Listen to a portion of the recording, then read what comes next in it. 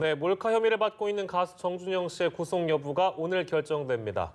이런 가운데 음주운전 언론 보도 무마 의혹을 받고 있는 가수 최종훈 씨는 음주운전 현장 단속 경찰관에게 뇌물을 건네려 한 혐의로 추가 입건됐습니다. 자세한 내용 김영주 변호사와 함께 짚어보도록 하겠습니다. 어서 오십시오. 안녕하세요. 네, 정준영 씨 얘기부터 할 건데요. 오늘 구속영장 심사에 출석했습니다. 출석 장면을 저희가 화면으로 준비를 했는데요. 그 내용도 좀 저희가 만나보고 돌아오도록 하겠습니다. 정말 죄송합니다. 저는 용서받을 수 없는 범죄를 저질렀습니다. 저에 대한 모든 혐의를 인정합니다. 그리고 오늘 구속영장 실질 검사에서는 검사에서 수사기관의 청구 내용을 일체 다투지 않고 법원에서 내려지는 판단의 경우에 따르겠습니다. 다시 한번 저로 인해 고통받으시는 피해자 여성분들, 사실과 다르게 아무런 근거 없이 구설에 오르며 2차 피해를 입으신 여성분들, 지금까지 저에게 관심과 애정을 보여주셨던 모든 분들께 다시 한번 머리 숙여 사죄드립니다. 앞으로도 수사 과정에 성실히 응하고 제가 저지른 일에 대해 평생 반성하면서 살아가겠습니다. 정말 죄송합니다. 네, 영장 실질 심사 마치고 나와서 이제 기자들 앞에서 이제 본인의 마음을 밝힌 내용인데요. 모든 혐의를 인정한다, 평생 반성하겠다 이런 내용이었습니다. 예, 구속 여부는 어떻게 될까요? 개인적으로 조금 반반으로 보여집니다. 반반입니까? 예, 이유는 아무래도 지금 계속 방송을 통해서 나오고 있는 정준영 씨의 태도는 자신의 혐의 사실에 대해서 인정을 하고 있고 반성을 하고 있다. 그리고 황금폰을 비롯하여 자신의 핸드폰들을 모두 제출을 했다. 굉장히 수사에 협조적인 태도를 보여주고 있습니다. 이러한 태도는 전체적으로 구속영장을 기각시키는 사유가 될 수 있기 때문에 해당 태도들에 대해서는 굉장히 유리한 정황으로 보이고요. 반면에 제가 조금 걱정이 되는 부분은 현재 피해 여성분들은 굉장히 나서는 것을 꺼려하고 자신이 심지어 피해자였다는 사실조차도 인식을 못했던 상황이었습니다. 자신의 명예와 관련된 부분이 있기 때문에 나서는 것을 꺼려하고 있는 상황인 만큼 정준영 씨가 이런 것을 어떻게 보면 이용해서 피해자들을 회유할 수 있는 정황이 있습니다.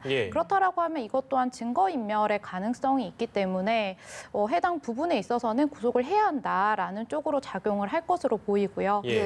때문에 이제 이것을 판단하는 주체는 굉장히 큰 고심을 하지 않을까라는 생각이 듭니다. 네, 두 가지 가능성을 모두 다 열어주셨는데 오늘 내로 결정이 된다고 봐야 되겠죠, 그러면? 네, 오늘 아니면 늦어도 이제 내일 새벽에 결정이 될 것으로 보입니다. 그 내용이 이제 들어오는 대로 저희가 전달을 해드리도록 하고요. 정준영 씨 외에도 뭐 관련자가 굉장히 많아서 저희가 일일이 다 짚을 수는 없습니다만 버닝썬 사태와 관련된 3명도 오늘 같이 신문을 받았습니다. 이 사람들은 어떻게 될까요? 사실 혐의 사실이 상해랄지 폭처법 위반이랄지 어떻게 보면 구체적으로 좀 증거인멸의 가능성이나 지속성이 있었던 행위 사실은 아니기 때문에 좀 구속영장 청구가 기각될 가능성이 높지 않을까라고 조심스럽게 예상해 볼 수 있겠습니다. 그런가 하면 정준영 씨와 같은 대화방에 있었던 것으로 이제 논란이 됐던 최종훈 씨. 지금 뇌물 혐의로 입건이 됐는데 구체적으로 어떤 상황인 건가요? 지금 이 음주운전 적발 사실에 대해 언론 보도를 무마하도록 청탁을 했다라는 내용으로 처음에 보도가 되었었는데요. 이것뿐만 아니라 당시 음주 단속을 적발했던 경찰관에게 200만 원의 뇌물을 주려고 했다. 그런데 이제 이 경찰관이 이러한 공여 의사를 거절을 했다라는 것을 진술을 해서 뇌물 공여에 관련된 내용으로 지금 입건이 된 것으로 알려졌습니다. 음주운전 뭐 당연히 나쁜 짓이고요. 근데 이제 경찰관을 돈으로 매수하려 든 거니까 이제 경찰관이 만약에 이 돈을 받았으면 뇌물죄가 성립이 되는 것이고 뭐 이런 혐의가 다 드러난다면 어떤 처벌을 받게 됐는지도 좀 짚어주시죠.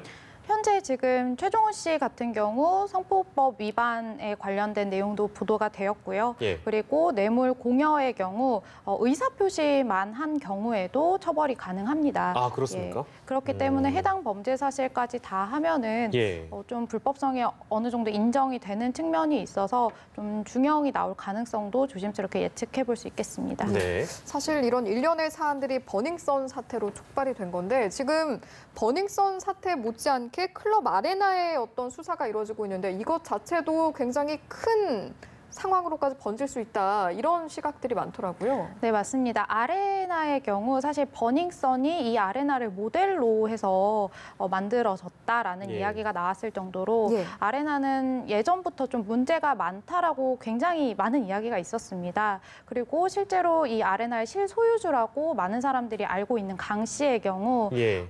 좀 조세포탈 혐의랄지 그 밖에도 뭐 금품을 제공한 혐의랄지 좀 말이 많기는 했는데 예. 작년에 이제 국세청에서 세무조사 후에 아레나의 대표 6명을 조세범 처벌법 위반 혐의로 고발을 했는데 이 강 씨는 또 빠져 있었습니다. 예, 나머지 6명이 자신이 실소유주라고 주장을 했고 예. 그리고 그 밖에 계좌 관련해서도 강 씨의 흔적은 전혀 발견할 수 없었다고 합니다. 예. 그런데 계속해서 조사를 해보니 이 6명 중 일부가 이제 강 씨가 사실 실소유주다 혹은 내가 실소유주는 아니었다라는 취지로 진술을 바꿨고요. 그리고 지난번에 있었던 압수수색에서도 예. 장부들을 모두 이제 발견을 했는데 그 안에 공무원 등에게 금품을 준 혐의가 나왔기 때문에 이제 강 씨에 대한 조사도 추가로 이루어질 것으로 보입니다. 예. 아무튼 일파만파입니다. 버닝썬 사태 또 아레나는 이제 탈세, 뭐 조세 포탈 이런 부분들인데요. 새로운 내용이 나온 대로 좀 전개 상황들을 저희가 좀 따라가도록 하겠습니다. 일단은 정준영 씨 구속영장 심사 결과가 오늘 가장 관심이 많이 가는 소식일 것 같아 처음으로 짚어봤고요. 다른 주제로 넘어가도록 하겠습니다. 김학의 전 법무차관에 관련된 재수사 상황을 저희가 좀 짚어보도록 할 텐데 박상기 법무장관이요. 김학의 전 차관의 성접대 의혹 사건에서 범죄 사실이 드러나면 수사로 전환하겠다고 이미 밝혀서 다시 수사할 수 있는 그 방향으로 무게가 좀 실리는 듯 하는데 일단 가능성은 어떻게 보시는지 그리고 만약에 다시 수사가 된다면 저희가 보통 표현할 때 이제 성접대 의혹 이런 표현을 많이 하거든요. 네. 다른 혐의가 또 적용될 수 있는 것인지 그것도 좀 짚어주시죠. 현실적으로 현재 뭐 성접대라고 표현이 되고 있긴 한데 예. 범죄 사실은 특수 강간 혐의에 대한 이야기가 계속 나오고 있습니다. 예. 성접대라고 하면 굉장히 이게 여성이 뭐 접대의 수단으로 이용이 된 예. 그리고 어떻게 보면 여성이 이것에 대해서 동의를 한 측면이 있다라고 비춰질 수 있는데요. 예. 사실상 뭐 윤중천 씨와 함께 특수 강간을 했다라는 쪽으로 이야기가 나오고 있고 예. 관련 내용으로 지금 조사를 받을 것으로 보이고요. 예. 당시 이제 수사 관련해서 좀 이것을 무마하려고 했던 정황에 대해서는 직권남용에 의한 권리행사 방해죄로 또 관련해서 수사를 받지 않을까라는 생각이 듭니다. 예. 예. 사실 김학의 전 차관 같은 경우에 과거 2차례나 무혐의 처분을 받았었는데 그때 그런 판단을 내린 배경은 무엇이었나요? 일단 검찰에서 무혐의 처분을 내린 근거에 대해서 피해자 진술의 신빙성이 없다라는 것이었습니다. 왜 피해자 진술의 신빙성이 없냐라고 했을 때 피해자들이 자신의 진술을 번복했고 그리고 좀 피해자라고 보기에는 어려운 행동들을 했다라고 진술을 하고 있다라는 것들이었는데요. 예. 구체적으로 살펴보면 피해 여성들이 뭐 당시 뭐 윤중천 씨나 김 전 차관이 속옷 차림으로 있는데도 나오지 않았다. 그리고 주변에 도움을 요청한 적도 없었고, 그리고 뭐 성폭행을 당한 별장에 머물렀다. 이런 내용들이었습니다. 예. 그런데 이것에 대해서 피해자들은 윤중천 씨가 자신들에게 심한 폭행과 욕설을 했고, 그리고 지금 성관계 영상에 대해서 성관계 영상을 유포를 하겠다라고 예. 협박을 했다라고 합니다. 네. 예. 그렇다라고 하면 당연히 피해자 입장에서는 뭐 도망갈 수 있는 상황이 아니었을 뿐더러 제가 볼 때는 생명의 위협까지 느꼈지 않았을까라는 생각이 드는데요. 예, 예. 이런 것들을 종합적으로 판단을 했다면 좀 무혐의가 아니라 정말 구체적으로 더 강한 수사를 했어야 함이 옳은데 예. 무혐의 처분을 했다라고 하면 조금 의혹이 확실하게 있지 않나라는 생각이 듭니다. 근데 이제 사실은 증거, 무혐의 나온 것을 이번에 뒤집을 증거라고 본다면 역시 그 일각 거론되고 있는 동영상에 대한 부분일 텐데 동영상은 증거가 되는 거라고 우리가 봐야 되나요?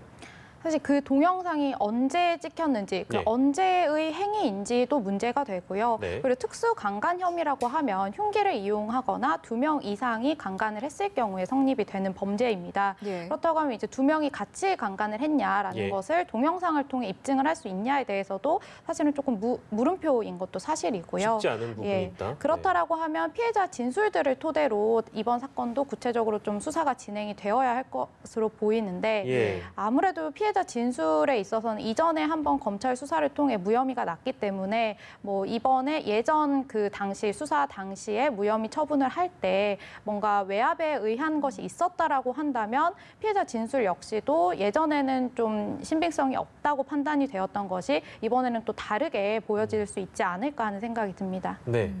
알겠습니다. 이제 재조사가 이루어진다고 하면 저희가 김학의 전 차관 이야기했습니다만 다른 인물들에 대한 조사도 좀 진행이 되어야 될 것 같은데 어떻습니까? 네, 이른바 윤중천 리스트라고 하죠. 예, 정재계 인사뿐만 아니라 의료계, 법조계, 뭐 정말 많은 인물들이 거론이 되고 있다라고 하는데요. 예, 이 거론되는 인물들 모두 참고인 조사를 통해서 좀 사실에 대해서 명확하게 밝혀야 하지 않을까라는 생각이 듭니다. 네, 정치권에서는 그때 당시에 장관이었던 뭐 혹은 민정수석이었던 전 뭐 이름은 거론 안 하겠습니다만 그때 당시에 이제 책임질 자리에 있었던 분들에 대한 수사도 이루어져야 된다는 얘기가 여당의 주장이죠. 더불어민주당 쪽 주장으로 나오고 있는데 그건 어떻게 보시는지요? 아무래도 이것은 당시에 특수 강간 혐의가 아니라 예. 수사 당시에 권리행사 방해를 한 것이 아니냐, 뭐 직권 남용을 한 것이 아니냐, 예. 예, 그런 부분에 있어서 추가적인 조사는 같이 이루어져야 할 것으로 보입니다. 예. 알겠습니다. 네, 두 번째 주제는 여기까지 짚어보도록 하고요. 마지막 주제로 넘어가 보도록 하겠습니다. 자유한국당 김성태 의원 딸의 부정채용 의혹을 두고 논란이 있었는데 여기에 대해서 해명을 했는데 그 해명 때문에 의혹이 더 커졌다고 하죠. 네, 맞습니다. 당시에 홈페이지 혹은 이제 웹사이트를 통해서만 뭐 접수를 할 수 있는데 인편, 즉 사람이 직접 서류를 전달했다고 합니다. 예. 이게 처음에 의혹이 밝혀진 게 당시 김성태 의원의 딸은 서류 전형 합격자 명단에는 없었다라고 하죠. 그런데도 최종 합격을 했고 때문에 이게 문제가 된다, 뭐 어떤 의혹이 있다라는 것이었는데 이것에 대한 해명으로 내놓은 것이 예. 사람을 통해서 서류를 제출했다라고 하는 것입니다. 예. 그렇다라고 하면 이 서류는 부정하게 받아들여진 서류인데 예. 이것을 통해서 합격을 했다라고 하면 그 자체로 바로 채용 비리로 직결되는 것이 아닌가라는 생각이 들고요. 예. 검찰 역시 이 부분에 대해서 좀 말이 안 되는 해명이라고 생각을 하지 않았을까 싶어서 더욱더 조사를 하겠다라고 입장을 내놓은 것으로 알고 있습니다. 아무래도 흐름이 지금 이렇게 흘러가다 보니까 김 의원에 대한 소환 조사도 불가피할 것으로 보이는데 어떻습니까? 네, 현재까지 김 의원이 실제로 뭐 소환돼서 조사를 받지는 않았는데 아무래도 일이 이런 식으로 진행이 되고 있고 현재 KT 같은 경우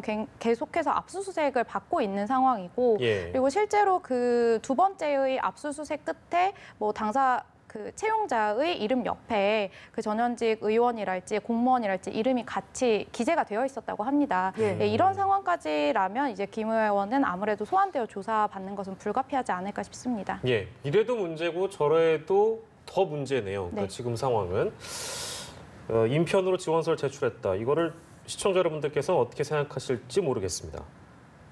저희 세대도 사실은 글쎄요, 뭐 이런 적이 별로 없어서요. 알겠습니다. 뭐 방식에 대한 문제는 뭐 회사마다 다를 수 있는데 아무튼 그렇고요. 김성태 의원뿐만 아니라 지금 KT 노조의 주장은 자유한국당 홍문종 의원의 보좌진 그리고 지인이 KT에 특혜 채용됐다 이런 의혹도 추가로 제기하고 있는 상황이라서. 이 역시도 수사를 안 할 수가 없는 상황이겠네요. 그렇다면. 네, 맞습니다. 당시 미래창조과학 방송기술통신위원회 위원장이었던 예. 이제 홍문종 자유한국당 의원의 경우 바로 KT에 영향을 행사할 수 있는 지위에 있었고 네.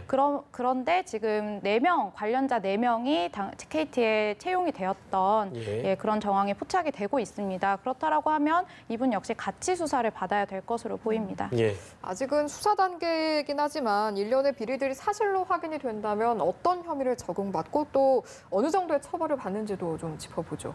구체적으로 누가 누구에게 채용을 어떻게 청탁을 했는지에 따라서 좀 혐의점이 달라질 것으로 보이는데요. 예. 뭐 누군가 뭐 김 의원에게 뇌물을 줬다라고 하면 이제 뇌물죄 관련한 이야기도 있을 수 있고요. 일단은 채용 관련해서 채용 담당자들은 회사의 업무를 담당하는 사람인데 예.